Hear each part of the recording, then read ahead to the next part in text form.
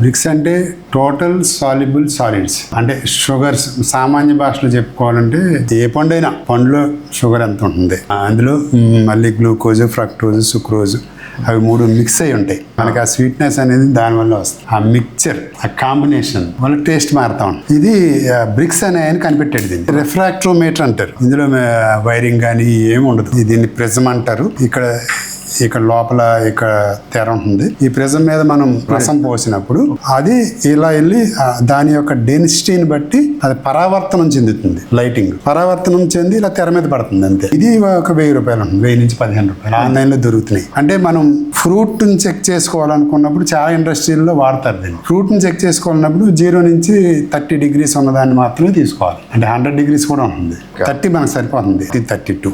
ఇది portable, farmer లెవెల్లో కొనుక్కోవచ్చు. ఇది డిజిటల్, ఇది ఎలక్ట్రానిక్. ఇది అంకిల్లో చూపిస్తుంది. మనకి కొంచెం కాస్ట్ ఉంటుంది. 5 నుంచి 10,000 రూపాయలు అలా ఉండొచ్చు. ఫార్మర్కి అయితే ఇది సరిపోతుంది. బ్రిక్స్ అనే కనిపెట్టాడు దీన్ని. ఇది కూడా అదే మెథడ్లో పనిచేస్తాయి. ఇది కూడా రిఫ్రాక్ట్రోమీటరే. రిఫ్రాక్షన్ అనే థియరీ ఆధారంగా కాయ యొక్క రసం యొక్క డెన్సిటీ అంటే షుగర్ ఏ ఫ్రూట్ తెలుసుకోవచ్చు.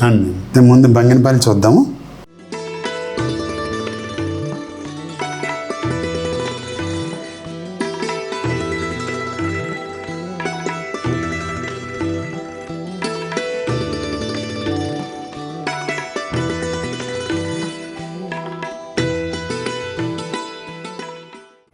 బ్రిక్స్ 18 వచ్చింది. జనరల్గా 18 మ్యాక్సిమం 20 ఉంటుంది బంగినపల్లి.